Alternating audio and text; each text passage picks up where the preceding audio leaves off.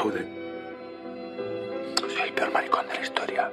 Soy mentiroso, amargado, violento, putero. Y ahora además contradictorio. La contradicción no tiene por qué ser necesariamente negativa. Lo que pasa es que toda contradicción tiene una explicación a la que todavía no estamos preparados para enfrentarnos. Por eso no hay que huir de ella. Hay que afrontarla y ver dónde nos lleva. Porque dentro de la propia contradicción está la solución que andábamos buscando. Bienvenidos a la teoría de la mente.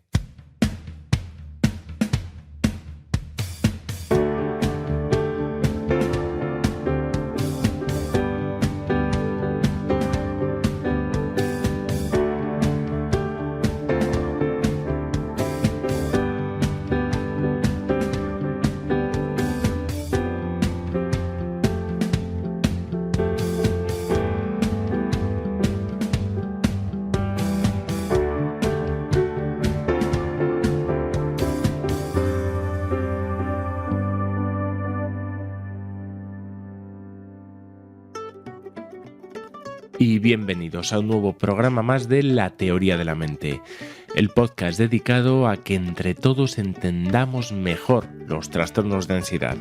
Si eres psicólogo, psiquiatra, estudiante, pues has llegado a la parada perfecta. Nosotros somos miembros de CEAN, que es el Centro de Estudios para la Ansiedad, y de Amadag.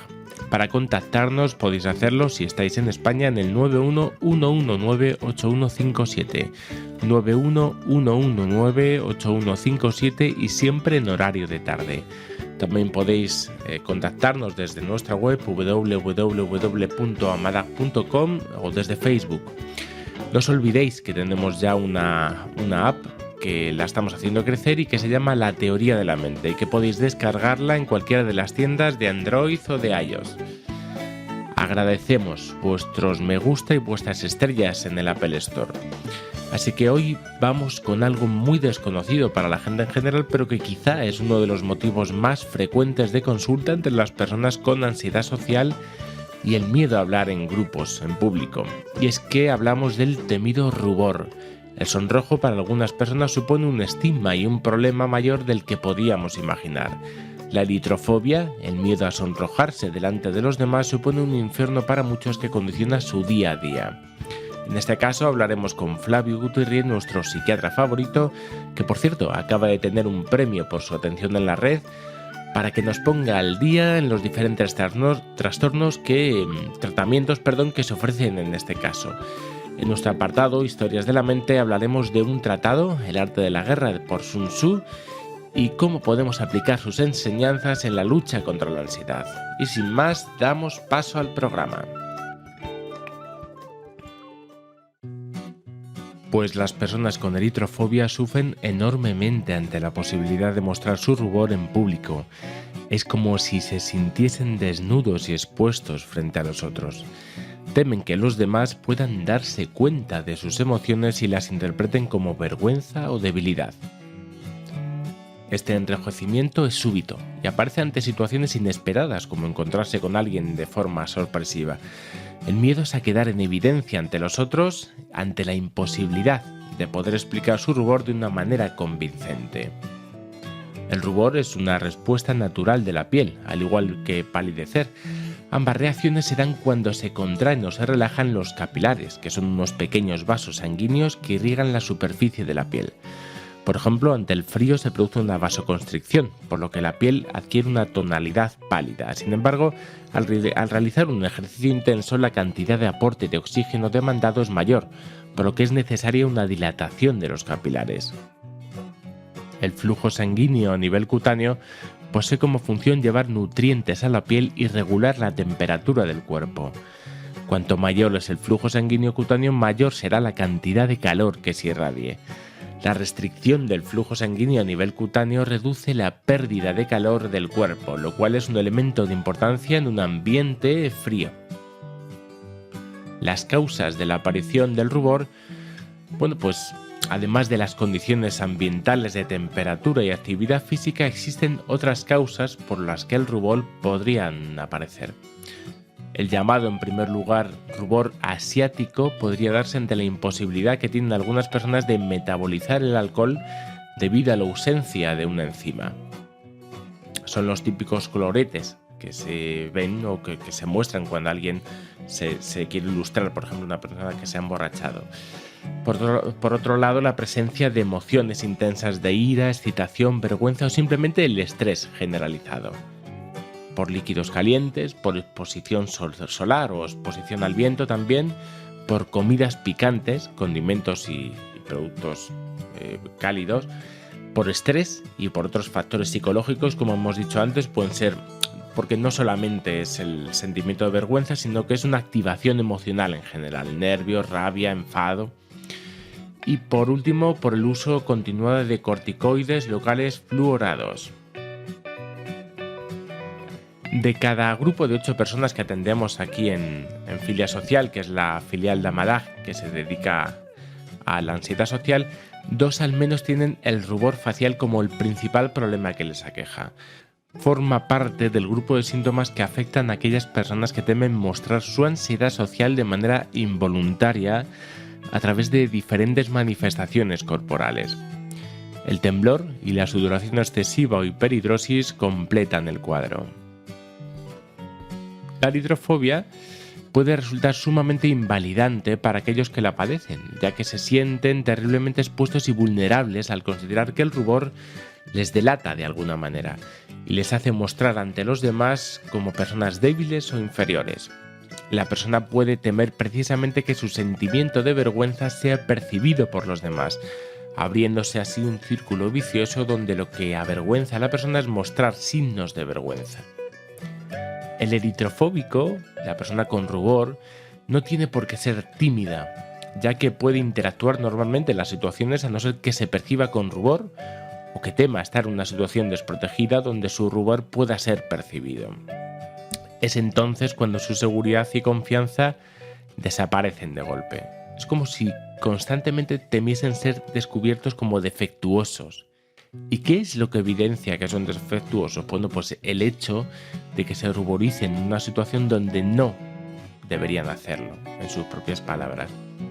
La gran desgracia de la persona que padece estos síntomas es que llega a un punto donde consigue, mediante su miedo, ponerse cada vez más roja, mientras intenta evitar a toda costa que esto sea así. Por lo que la única salida que logra es la evitación de determinados lugares y eventos sociales que le impiden pasar ese mal trago. Por lo que al final la persona se va evitando cada vez más esas situaciones. Y por otro lado, el individuo tiende a exagerar también su nivel de rubor y el nivel de vigilancia de los otros percibido, teniendo una serie también de distorsiones cognitivas que empeoran aún más la situación. Algunas clínicas ofrecen una operación llamada simpatectomía. La simpatectomía es una operación que se realiza bajo anestesia general y que se resecciona, corta o pinza en algunos de los ganglios de la cadena del sistema simpático, que está ubicada en el interior del tórax. Dicha técnica no está exenta de efectos secundarios y posibles complicaciones, según nos han referido también pacientes y otros profesionales. Entre los principales se encuentran la posibilidad de que exista un sudor compensatorio, depende del caso, puede ser más o menos severo este sudor compensatorio, hipotermias, casos de neumotórax y de hemorragias internas. También en algunos casos se ha podido dar el síndrome de Horner, que es la caída ligera de un párpado. Vamos, tienes que ayudarme a ponerme esto. Muy bien. Pero no mires. ¿Que no mire? No quiero que me veas desnuda. Ah, eso es comprensible. Tal vez te interese saber que en la mitología heroica existe a menudo la prohibición de mirar. Lot y su esposa, Perseo y Medusa, Orfeo y Eurídice... Vale, estupendo. Siempre miran y nunca acaba bien. Bueno, ahora ayúdame a meter el brazo en la manga. ¿De acuerdo? ¿Eso es mi brazo? No parece que sea un brazo. Entonces deberías soltarlo. Muy bien. Pues después de algunos programas recuperamos a nuestro psiquiatra favorito, Flavio Gutiérrez, para que nos ayude a resolver algunas dudas acerca del tema de hoy. Bueno, pues Flavio va a hablarnos desde su perspectiva, y recordaros que Flavio es psiquiatra y que vamos a trabajar y que además trabajamos conjuntamente con muchos de los casos que pasan por nuestra consulta. Bueno, pues Flavio, buenas noches. Hola Rubén, buenas noches. Que como siempre, nada, agradecerte este espacio y la oportunidad que me das de poder charlar contigo y poder expresar, pues como siempre, mi experiencia clínica a todos los oyentes que estén con nosotros. Bueno, y ante todo, enhorabuena, porque hemos oído, nos ha dicho un pajarito que recientemente ha sido galardonado por los usuarios de una página que se llama doctoralia.com, ¿no?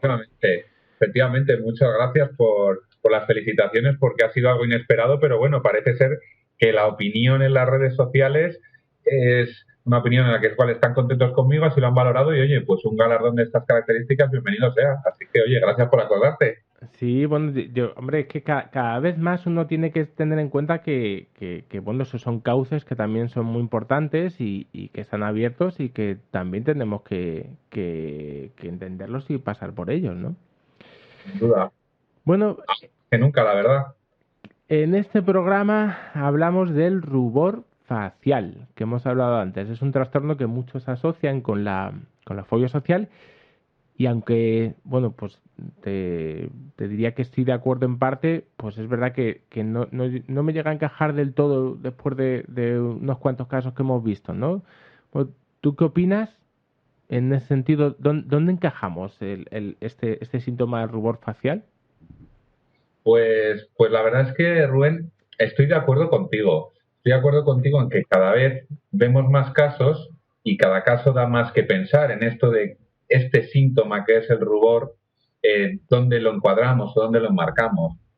Yo siempre intento, sobre todo en aspectos sintomatológicos como el del rubor, ir un poco atrás y entender el síntoma desde la perspectiva más normal, es decir, en este caso normalizar el síntoma y entender que todos en algún momento pues nos enrojecemos.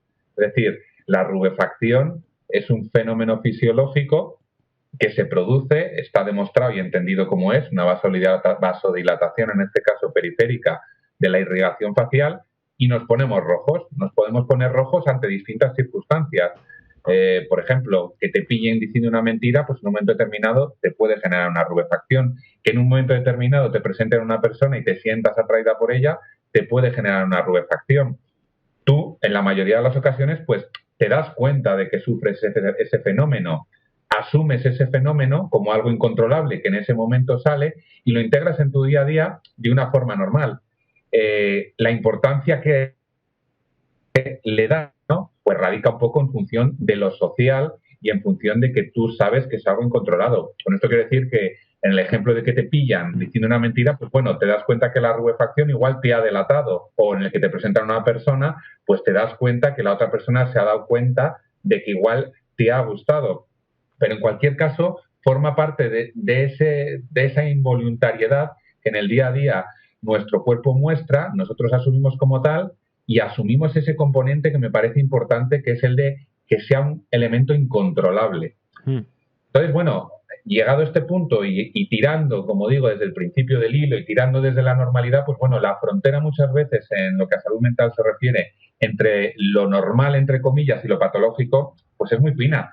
Y entonces, cualquier persona en un momento determinado, ante esa rubefacción y ante la comprensión de este fenómeno como incontrolable, pues puede empezar a angustiarse, es decir, te puede generar malas pasadas y si tú das una importancia, un peso, digamos, psicológicamente hablando, superior al que tiene, pues intentas inconsciente y conscientemente controlar el síntoma. Yo creo que es cuando se genera el conflicto de intereses, probablemente el problema.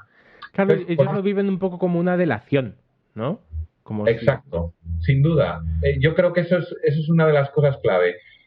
Esa mala pasada o esa jugarreta que te juega la rubefacción, y a partir de ahí yo creo que desencadenas una cascada de fenómenos psicológicos pues terrible, porque cuanto más te obsesionas, y la palabra obsesión aquí es importante, con controlar este síntoma, pues más aparece. Y entonces es evidente que, bueno, el drama se convierte ya en una realidad cuando ves que durante tu día a día estás pendiente de la rubefacción y probablemente esa inconsciencia o ese psicológicamente darle tanta importancia active más la rubefacción. Ya podríamos hablar de fenómenos fisiológicos asociados a psicológicos, pero en cualquier caso se establece un circuito obsesivo centrado en la rubefacción y en cuándo aparece, bueno, encuentra la cabida perfecta en la fobia social. Por eso, más allá de hablar de rubor como un síntoma de la fobia social, yo creo que son unos amigos íntimos. Pongo el ejemplo de la fobia social es la casa, pero para que una casa sea perfecta hay que poner unos muebles que sería el rubor. Una cosa va con la otra y las dos independientes no son nada, pero claro, una fobia social al final es un campo de cultivo preparado para que el rubor se instaure rapidísimamente. Y hablemos un poquito más del trastorno, porque no es muy conocido en la calle, es verdad pero en la consulta, chicos, yo lo tengo que ver pues bastante, ¿no? Bastante a menudo. ¿Qué experiencia tienes tú con este tipo de casos y aparecen también bastante por tu consulta? Sí, la verdad es que, pues bueno, cada vez te vas dando cuenta de que este fenómeno del rubor social, pues es algo que se está instaurando en las consultas, probablemente porque cada vez, pues los especialistas estamos abriendo más el campo a la terapéutica, tanto desde el punto de vista más psicoterapéutico como farmacológico, y la gente, pues está viendo que tienen una ayuda y tienen un soporte que hasta ese momento pues yo creo que vivenciaban en silencio a pesar de lo evidente que es el síntoma cuando hablamos de esto, de la rubefacción. Entonces, sí, se ve mucho en consulta y la verdad es que es un fenómeno que deteriora bastante psicológicamente a la persona, con lo cual, pues bueno, llegan ya en situaciones avanzadas de muchos años vivenciando el rubor, con lo cual, pues bueno, la presencia de depresión o ansiedad suele ser bastante frecuente y bueno, pues trabajar o atender al síntoma implica quizá dar un aspecto más global a la terapéutica, ya digo, por estos aspectos depresivos o ansiosos que acompañan a la mayoría de los pacientes que acuden a la consulta. ¿Y cómo puedes ver tú que afecta a las personas que lo sufren? Pues ya digo, enlazo un poco con la respuesta anterior porque es un drama. Todo problema que se vivencia en silencio y que además te expone desde que te levantas hasta que te acuestas, como es el rubor social, pues desgasta psicológicamente muchísimo. Entonces, las consecuencias, ya digo, son nefastas a largo plazo. Y yo en este caso siempre pongo un ejemplo de una persona que acudió a mi consulta muchos años combatiendo por su cuenta el tema del enrojecimiento y ella me explicaba que, bueno, que había llegado a un punto en que se había dado cuenta que sus vivencias sociales a nivel interpersonal o en grupo se habían visto anuladas porque siempre estaba pensando, a pesar de lo que la otra persona le comunicaba, ella siempre había generado, digamos, como un doble cerebro. Una parte de su cerebro escuchaba, pero sin atender a lo que le dice el entorno, y la otra gran parte de su cerebro estaba pendiente de controlar el rubor social, con lo cual se había dado cuenta que su vida era una pantomima en función de que no atendía ni prestaba atención ni sacaba jugo a nada de lo que le pasaba a su alrededor, porque tal era la presión de ese segundo cerebro en relación al tema del rubor que la había anulado. Por lo tanto, llegaba un punto que decía, no me merece la pena hacer nada más allá de cosas banales en mi casa, porque el resto, a pesar de que lo disfrute, lo haya disfrutado en un momento determinado, ya sé que no lo voy a disfrutar. Creo que es un ejemplo muy claro de hasta qué punto ese cerebro puede elaborar una situación, pues ya digo, dramática en torno a esto que es el rubor. Claro, aparece, yo siempre hablo un poco, en relación a lo que tú estás hablando, es un fenómeno como de una doble voz, ¿no? Por un lado yo estoy interactuando con los otros, pero por otro lado me estoy hablando a mí mismo. O por otro lado estoy sintiendo constantemente un montón de síntomas, en este caso puede ser, casi siempre es el rubor, en este caso, pero podríamos hablar de otros síntomas delatores, como podría ser la hiperhidrosis, ¿no? Sí. O el sudor, o como podría ser el temblor también, el temblor de voz o el temblor. Y hasta qué punto, bueno, pues eso genera tanto ruido en la mente de las personas que son casi incapaces de enfocar hacia la relación o hacia la interacción con el otro, ¿no? Sin duda. Sí, los dos cerebros. Es un poco la definición que más, yo creo, más clarifica un poco la explicación a qué padece o qué sufres en ese momento. Pasemos, si te parece, ahora un poco a tu campo más estricto, al tratamiento farmacológico. ¿Qué alternativas planteáis desde la farmacología?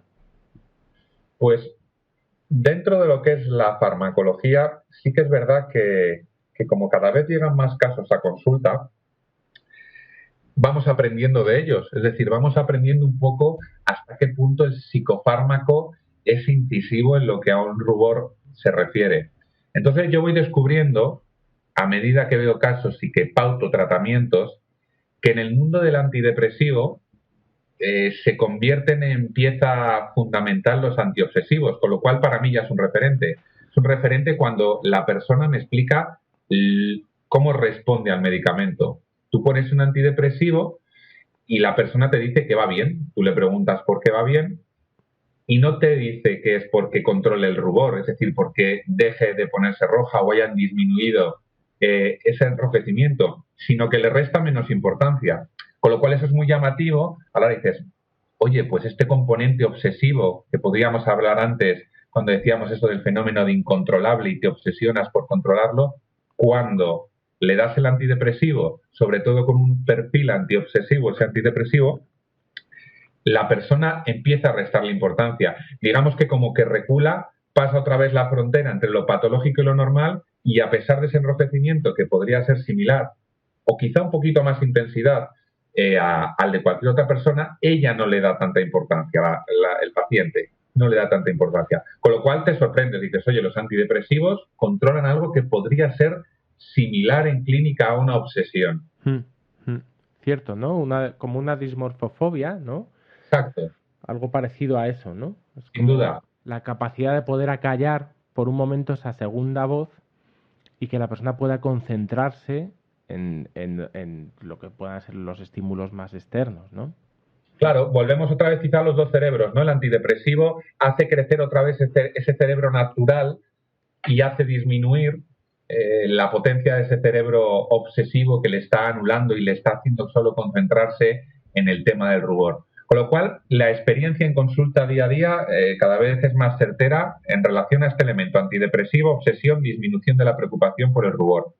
Sí que es verdad pues que luego hay un grupo en el que aparecen los ansiolíticos, que bueno, para elementos puntuales pues está muy bien, porque bueno, pues cualquier persona con un rubor y ese rubor enmarcado dentro de una fobia social, pues bueno, se enfrenta a situaciones, por ejemplo, laborales, discursos, entrevistas, relaciones públicas, con lo cual el ansiolítico en un momento puntual, al igual que los betabloqueantes, que bueno, podrían utilizarse aquí como ansiolíticos, aunque bueno, es otro perfil de fármaco, pues viene muy bien para ese momento, para manejar la situación. Y en ese caso sí que es verdad que sí hemos podido evidenciar que, bueno, el enrojecimiento pudiera atenuarse un poco, pudiera. Sí que es verdad que el ansiolítico sí puede ser más incisivo a nivel del sistema nervioso central, en este caso simpático, a la hora de atenuar un poco esa vasodilatación periférica que antes hablábamos de ella y que baje un poco. Probablemente también todo esto tiene distintos puntos de vista, porque también podríamos decir que el ansiolítico, al fin y al cabo, lo que hace es relajar en una situación estresante a la persona. Si relajas a la persona, no pones su sistema nervioso simpático en alerta, por lo tanto ese corazón bradicardiza, baja un poco la taquicardia y evidentemente no se produce el fenómeno de vasodilatación. Entonces, ahí entran en juego muchos elementos fisiológicos del propio psicofármaco que la verdad es que sí, en consulta lo agradecen y para momentos puntuales, no a largo plazo, porque a largo plazo no tendría ningún sentido manejar constantemente esta medicación, pero sí para momentos puntuales va fenomenal. Luego tenemos otro campo, que es el de los famosos anticolinérgicos. Te iba a preguntar por ellos, sí. Pues bueno, yo me estoy llevando mis sorpresas positivas y negativas. Negativas en el tema o aspecto del rubor. Bueno, la verdad es que no estoy encontrando mucha eficacia en el fármaco. Sí que es verdad que los distintos estudios reconocen que sí hay un índice de éxito aceptable, pero bueno, en mi casuística la verdad es que no es el caso. Sí que es verdad que tiene una explicación fisiológica que podría hacer entender que una rubefacción disminuyera por un bloqueo de la actividad colinérgica, esa actividad colinérgica que activa el sistema simpático, pero ya digo, en consulta no lo veo.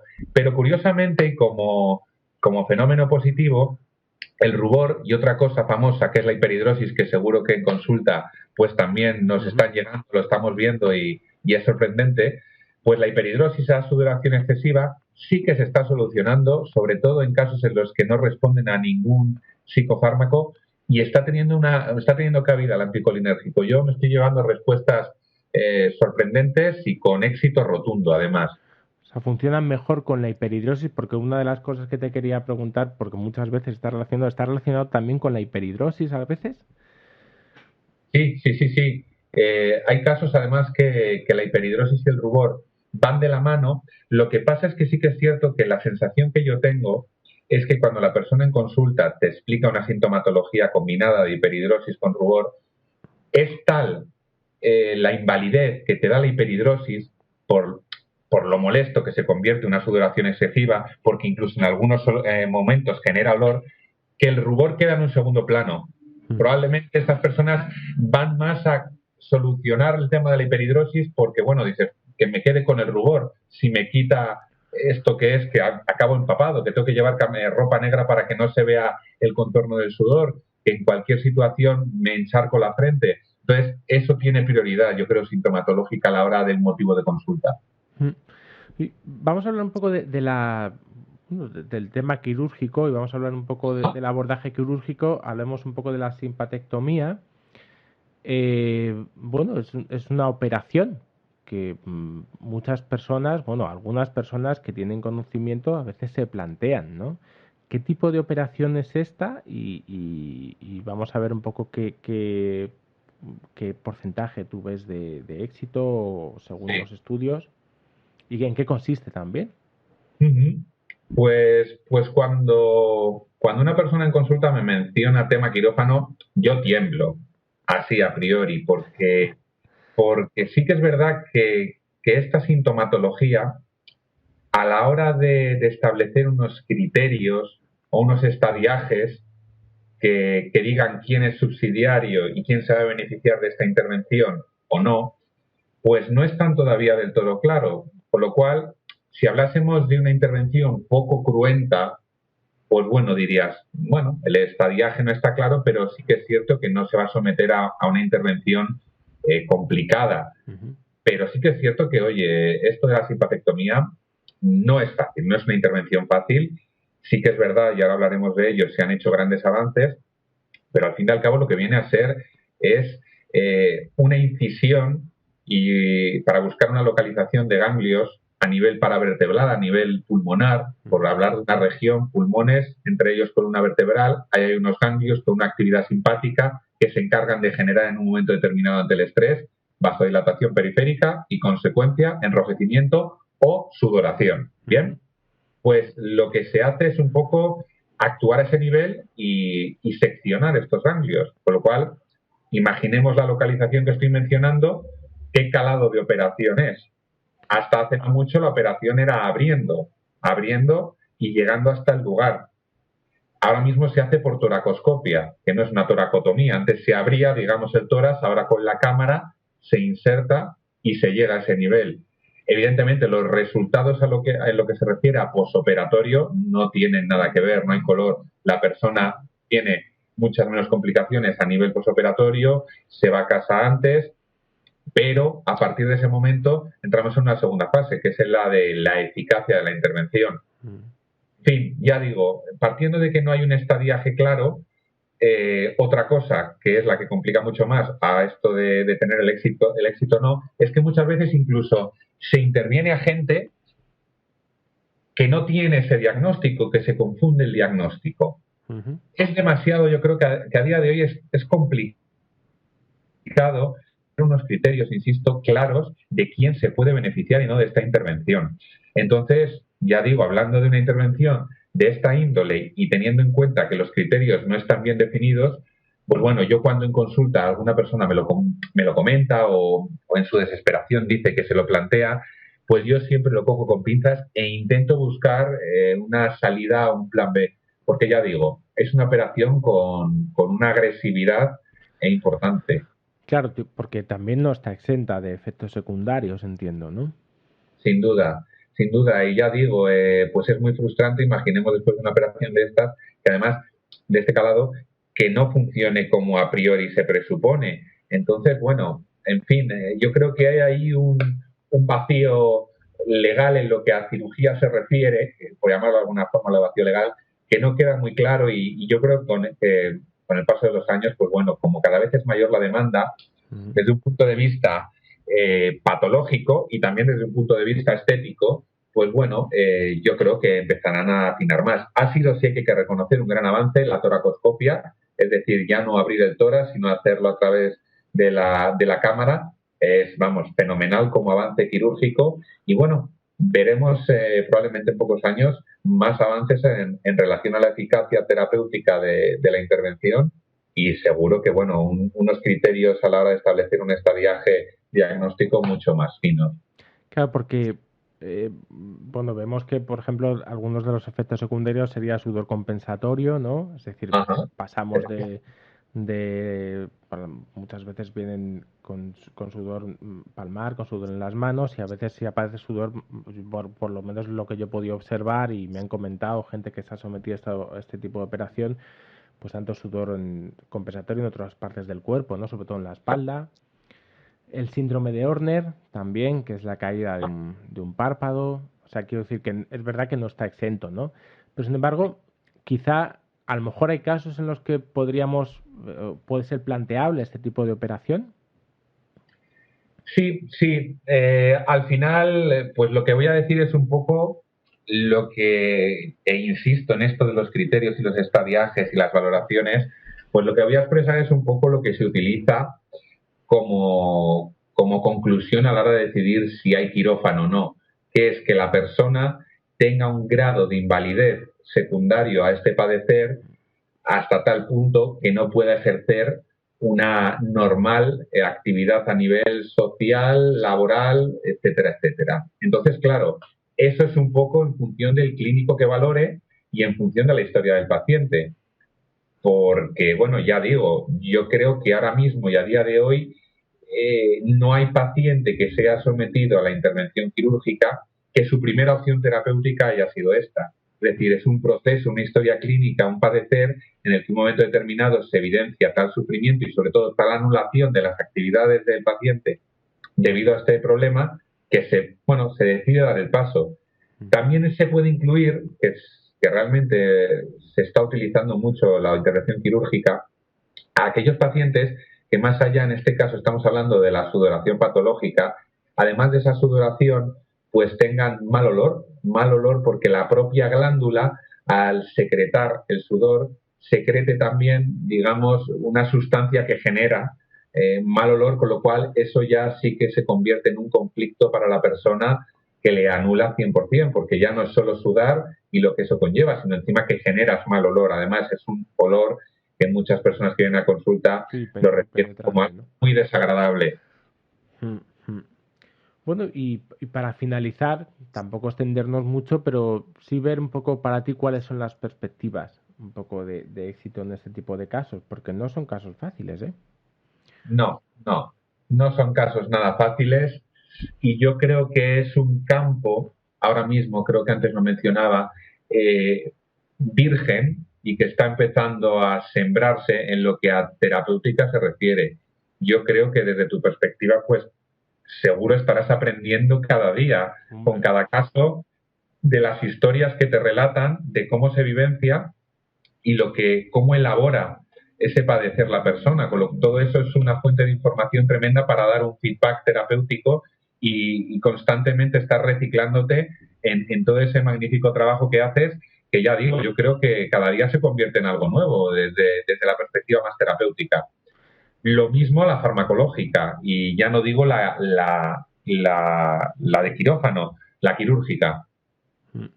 Como todo es un no parar de aprender, ¿eh? O sea, quiero decir que es verdad que cada vez tenemos que ir afinando mucho más, pero es cierto que realmente la experiencia nos va dando por lo menos la posibilidad de afinar cada vez más y de dar más en la diana, ¿no? En este tipo de casos. Sobre todo, yo casi siempre lo contemplo desde esta perspectiva obsesiva, ¿no? Y como que Sí, quizá ahí está para mí un poco la clave de dónde sí. tenemos que trabajar, ¿no? Porque, bueno, podría ser el rubor, pero podría ser cualquier otro síntoma a veces, porque muchas veces se desplazan. Puede que las personas al principio vivan el tema del rubor, pero a veces pasen a otro tipo de sintomatología.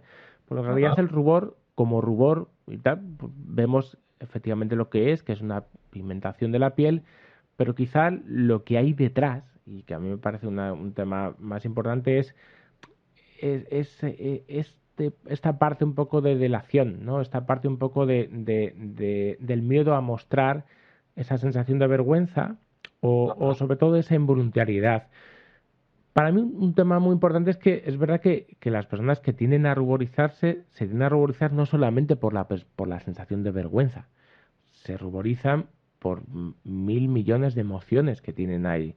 Y es precisamente esa vivencia de las emociones como algo incontrolable y precisamente querer controlar las emociones para mí no es el mejor camino. Para mí quizá el camino, no sé si tú estás de acuerdo, es aprender a manejarlas y aprender a convivir con ellas, ¿no? Las emociones no son algo malo, la vergüenza no es algo malo. Muchas de las cosas que nos pasan, el enfado tampoco, son motores que nos pueden ayudar a tomar determinados caminos. No sé tú qué piensas acerca de esto. Pues yo estoy de acuerdo contigo, Rubén, y la verdad es que es muy interesante ver la mezcla cuando en salud mental vemos personas con este perfil clínico, la mezcla impresionante de un fenómeno fisiológico normal, cómo activa una cascada psicológica tremenda y cómo al final se convierte en una patología partiendo de algo natural. Y bueno, a mí me parece interesantísimo desde el aspecto psicológico entender esa subida escalonada de pensamientos y de elaboración inconsciente que transforma, ya digo, lo fisiológico en esto que estamos viendo en consulta, que es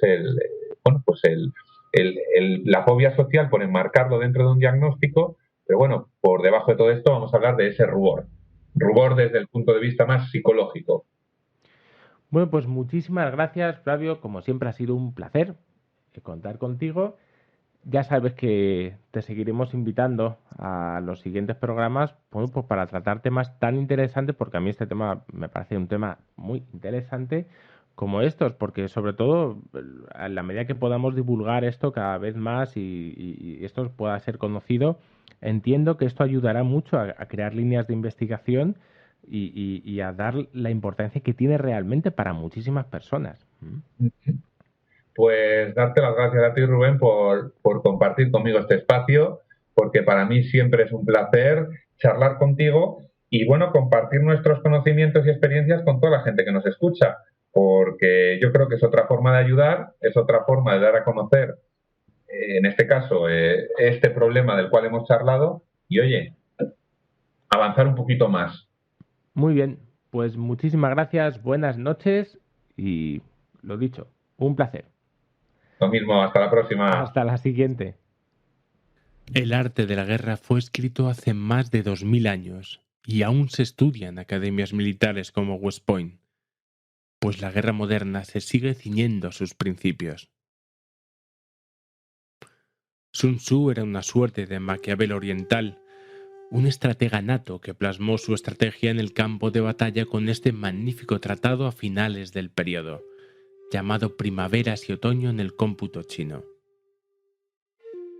En Occidente, Sun Tzu empezó a tomar especial relevancia durante las guerras de Vietnam y Corea. El general Bo Nguyen Giap, el cerebro militar detrás de las victorias sobre las fuerzas francesas y norteamericanas en Vietnam, fue un apasionado estudiante y practicante de las ideas de Sun Tzu. La derrota estadounidense en este conflicto, más que ningún otro hecho, atrajo hacia Sun Tzu la atención de los líderes militares americanos. Todo fóbico lleva un guerrero dentro, por mucho que le cueste creerlo, y a través de la relación con ese guerrero podemos encontrar nuestra fuerza para sobreponernos al temor. El autor del arte de la guerra nos plantea que no siempre hemos de ganarla por la fuerza bruta, con el precio del desgaste, sino a través de la estrategia, la paradoja y la sutileza. Sun Tzu dice: el que conoce al otro y se conoce a sí mismo, no pondrá la victoria en peligro. El que conoce la tierra y conoce el cielo, tendrá la victoria completa. Esto es, nos quedamos siempre a las puertas del miedo sin contactar con él. Y no lo descubrimos ni lo conocemos. Tan solo buscamos que no esté. Y eso impide mi conocimiento del mismo. Lo que desconocemos se nos torna más imprevisible y amenazante. Sun Tzu dice: el empuje del agua que zarandea las rocas, esa es la energía. Uno suave con uno mismo y se centra en fluir. El aprendizaje de una técnica hace que uno sea rígido y brusco en un principio. Luego parece que no cuesta esfuerzo. El movimiento suave es efectivo porque aprovecha la inercia natural de las cosas. Va a favor y no en contra. No siempre sentirás lo mismo, ni el mismo miedo, ni te encontrarás de la misma manera. Sun Tzu dice: antaño los hábiles se hacían en primer lugar invencibles y después aguardaban la fragilidad del enemigo. Yo estoy concentrado y por lo tanto soy uno. A menudo cuando nos encontramos en la situación fóbica estamos divididos. Dentro de la fobia se marca la sutil frontera entre el temor y el deseo. Me gusta, pero temo viajar. Querría acercarme a aquella persona, pero temo ser rechazado. Deseo ser libre, pero temo la equivocación si elijo sin coacciones. Y ese es precisamente el caldo de cultivo donde puede crecer el acto fóbico. Es importante ordenarse y estar concentrado hacia una misma dirección. Deseo viajar y además me da miedo. Deseo acercarme y además temo ser rechazado. Ahora las sentencias no suenan igual, ¿verdad? La personalidad fóbica no puede organizarse porque no va hacia ningún sitio, ya que constantemente huye para evitar. Y en esa habitación no hay una elección, no hay libertad. Primero elige hacia dónde, lo demás ya lo resolverás. Sun Tzu dice: del mismo modo que el agua establece su movimiento de acuerdo con la tierra, el ejército establece la victoria de acuerdo con el enemigo. El ejército no tiene un sí establecido ni forma duradera. Ser capaz de transformarse con el enemigo, eso es lo que quiere decir etéreo. Y aquí dice que no todos los obstáculos que encontraremos en el camino se pueden salvar de la misma manera. Hay que agacharse en las grutas sinuosas y saltar para salvar los precipicios. No es lo mismo la cola de un supermercado que un ascensor o un auditorio. Como el agua se adapta a los diferentes recipientes, yo me puedo adaptar a las diferentes situaciones. Sun Tzu dice: posicionar el ejército y escrutar al enemigo. Mira un terreno seguro y toma una posición elevada. La batalla colina abajo. No asciendas. En eso consiste posicionar al ejército en las montañas. O lo que es lo mismo, el árbol a menudo nos impide ver el bosque. Debemos tomar perspectiva para continuar o nos desgastaremos inútilmente. Enfrentar el miedo no consiste en entrenar la angustia y a menudo la espada ya no corta porque no está afilada, por mucha fuerza que nos empleemos en asestar el mandoble.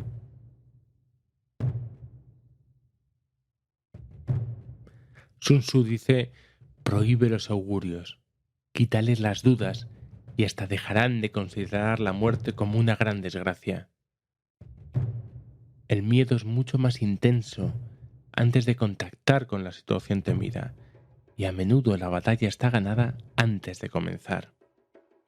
Los augurios no existen, tan solo nuestros actos. Las profecías adivinan lo que quiera adivinar uno de ellas. A menudo pensamos que por pensar en que algo va a ocurrir sucederá, y no somos conscientes de cómo llegamos a realizar las elecciones y cuál es la responsabilidad de nuestro destino. La lectura del arte de la guerra puede resultar inspiradora para aquellos que se adentran en sus secretos, así que no descartes que Sun Tzu nos visite más por este podcast.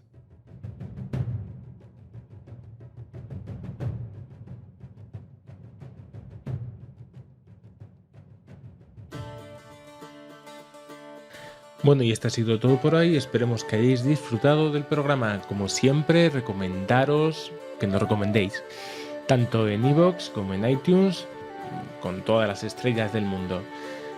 Y os esperamos en el siguiente programa. Vamos a hablar con Domingo de Mingo, que ya estuvo con nosotros para la película Los pájaros de Alfred Hitchcock. Y esta vez vamos a cambiar de película. Vamos a hablar de Seven, de David Fincher. Y bueno, una gran película como para poder ver muchas cosas y poder comentar. Probablemente nos acompañe una invitada especial porque, bueno, de vez en cuando sí que vamos a traer a algunos actores que nos van a ayudar un poco en el programa. Esta vez contaremos con la presencia de Michelle Jenner. Y esto ha sido todo por hoy, así que muchísimas gracias por haber estado ahí. Os esperamos, yo soy Rubén Casado y esto ha sido La